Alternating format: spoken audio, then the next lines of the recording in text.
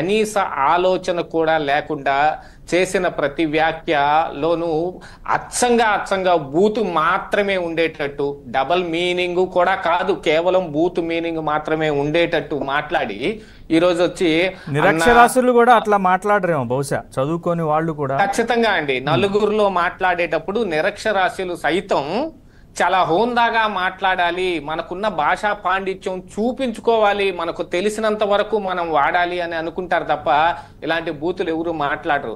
Unless ఎంత కోపం వస్తేనో, అది కూడా వాగ్వాదానికి గురై చాలా దూరం వెళ్ళినప్పుడు మాట్లాడాల్సిన మాటలు, ఆ బూతులు మొత్తాన్ని for no reason, nothing. Spoken English లాగా ఆవిడ స్పోకెన్ బూతులు, స్పోకెన్ ఇంగ్లీష్ లాగా ఈ స్పోకెన్ ఫిల్తీ లాంగ్వేజ్ ని ఒక దాన్ని ఖచ్చితంగా వాడేసేసి పైనుంచి రాలే ఆ 4 కాసుల కోసం చేసిన ఒక దుశ్చర్యను మాత్రం ఖచ్చితంగా ఖండించి తీరాల్సిందే. కానీ ఇప్పుడు రిగ్రెట్ అయ్యాను అని ఒక లెటర్ రాస్తే మరి దాన్ని ఏ విధంగా చూడాల్సిన అవసరం ఉందనేది నాయకులు చూసుకోవాలి. మరి ఇప్పుడు శిక్షలు విధిస్తామనంటే ఇప్పుడు ఏం శిక్ష వేస్తారు చెప్పండి ఆవిడకి? ఎవరికైనా సరే, ఎంత పెద్దవాళ్ళకైనా సరే రిఫార్మేషన్ కోసం మాత్రమే మనం జైల్లో పెడతాం. జైల్లో ఇప్పుడు కఠిన కారాగార శిక్షలు అని అంటే ఏమిటి చెప్పండి? వాళ్ళని వీళ్ళు సభ్య సమాజంలో తిరగటానికి వీల్లేని వాళ్ళు ఖచ్చితంగా జైల్లో ఉండవలసిన వాళ్ళు అని అంటే వాళ్ళకి యావజ్జీవ శిక్ష వేస్తారో వాళ్ళని అనునిత్యం జైల్లోనే ఉంచుతారు అని అనుకుందాం. ఇలాంటి వాళ్ళకి వేసే 1-2 సంవత్సరాల శిక్షలు కానీ లేకపోతే వేరే తీసుకునే చర్యలు కానీ దేనికోసం, ఇలాంటి ఒక ప్రక్రియ దేనికి ఉద్దేశించబడింది అని ఒక్కసారి నాయకులు కూడా ఆలోచించుకుంటే కేవలం రిఫార్మేషన్ కోసమే. ఈ శిక్షలన్నీ దేనికి? వాళ్ళలో ఒక మార్పు రావటం కోసమే కదా, వాళ్ళలో రూపాంతరం చెందటానికి మార్పు రావటం కోసమనే కదా. అలాంటి ఒక మార్పు ఇప్పుడు ఆమె చూపించింది అంటే నా అనొచ్చు దాన్ని కూడా. ఇప్పుడు ఏదో అవసరం కోసం కేసు మీద చూపించారా, మార్పు నటించారు అనుకుంటున్నారా? అదే మార్పు నటించారు అని అనొచ్చేమో, కానీ ఆ మార్పు చూపించిన దాన్ని, నటించిన దాన్ని మనం ఎలా డిఫరెన్షియేషన్ చేయగలం చెప్పండి? అలా డిఫరెన్షియేషన్ ఏం చూడలేదుగా. నిజంగా మారినా కూడా వెనకటికి ఒక పాటే ఉండేదిగా, నమ్మరే మారానంటే నమ్మరే అన్నట్టు. ఎంత బతిమిలాడుకున్నా ఇప్పుడు నమ్మే అవకాశం లేదు. ఖచ్చితంగా తీసుకెళ్లి జైల్లో పడేద్దాం. అక్కడ పడేసిన దగ్గర నుంచి వాళ్ళు రిఫార్మేషన్ జరిగి మళ్ళీ సాంఘికమైన జీవనానికి వచ్చే వాళ్ళలాగా తయారవుతున్నారా?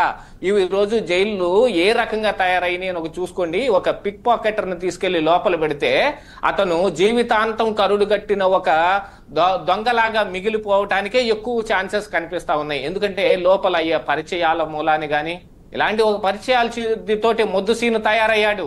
ఇలాంటి ఒక పరిచయాలతోటి సూరి కొంతమందిని వాడుకొని ఈ సంఘంలో ఈ దుష్కార్యాలు మొత్తం చేయడానికి పెద్ద గ్యాంగ్ నే తయారు చేశాడు. ఇలాంటి పరిచయాలతోటే బాను లాంటి వాళ్ళందరూ పుట్టుకొచ్చారు. అలాని తప్పు చేసిన ఎంతవరకు పరిణామ క్రమాన్ని తీసుకురాగలుగుతుంది అనేది కూడా ఒకసారి ఆలోచించుకోవాలి. అందుకని ఎవడలో వచ్చిన ఈ మార్పు నిజమైన మార్పా లేక ఉత్తుత్తి నటన మార్పా అనేది కూడా ఐడెంటిఫై చేయాల్సిన అవసరం ఉంది. కాకపోతే ఇలాగనే వదిలేస్తే వచ్చే 5 సంవత్సరాల్లో మళ్ళీ ఏమైనా జగన్మోహన్ రెడ్డి పొరపాటున తిరిగి అధికారంలోకి వస్తే వీళ్ళు అంతకు మించి రెచ్చిపోతారు అని అనుకోవచ్చు. కానీ మార్పుకి ఏ రోజైనా మనం ఒక బీజం వేయాల్సిందేగా. ఆ విషయం చూస్తుంది. పోసాని కృష్ణమురళి గాని ఆర్జీవీలో గాని ఏం మార్పు వచ్చినట్టు ఏం కనపడలేదు. శ్రీరెడ్డి ఆవిడ పరిస్థితి కూడా ఒకసారి ఆలోచించుకోండి. ఆవిడ ఏమి ఉద్యోగం చేస్తున్నారో లేకపోతే ఏ రకమైన వ్యాపారాలు ఏమన్నా చేస్తున్నారా, ఆవిడ ఆర్థిక పరిస్థితి ఎలా ఉంది, ఈ రోజున ఆవిడకు ఏ రకమైన ఆర్థిక వనరులు కలిగి ఉంది అనేది ఒకటి పరిగణలోకి తీసుకున్నామంటే ఆవిడ చాలా డిప్రెసివ్ మోడ్ లోనే ఉన్నారు. ఈ పైనుంచి వచ్చే 4 కాసుల కోసం ఆధారపడి చేసిన ఈ పనిలాగానే కనిపిస్తా ఉంది తప్ప దీంట్లో ఒక కావాలన్న కసి ఉంది అనేది మనం అనుకోవటానికి లేదు. కాకపోతే అన్వయించుకోవచ్చు, ఏ రకంగానైనా అన్వయించుకోవచ్చు.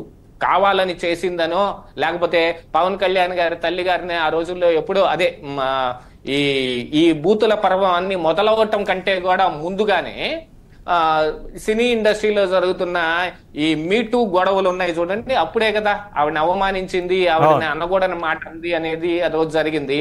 ఆ రోజున జన సైనికులు కూడా ఆవిడ ఇంటి మీదకి వెళ్ళి రాళ్ళు వేయటం, కోడిగుడ్లు వేయటం, ఆవిడ హైదరాబాద్ నుంచి చెన్నై పారిపోయే పరిస్థితులు కూడా వచ్చాయి.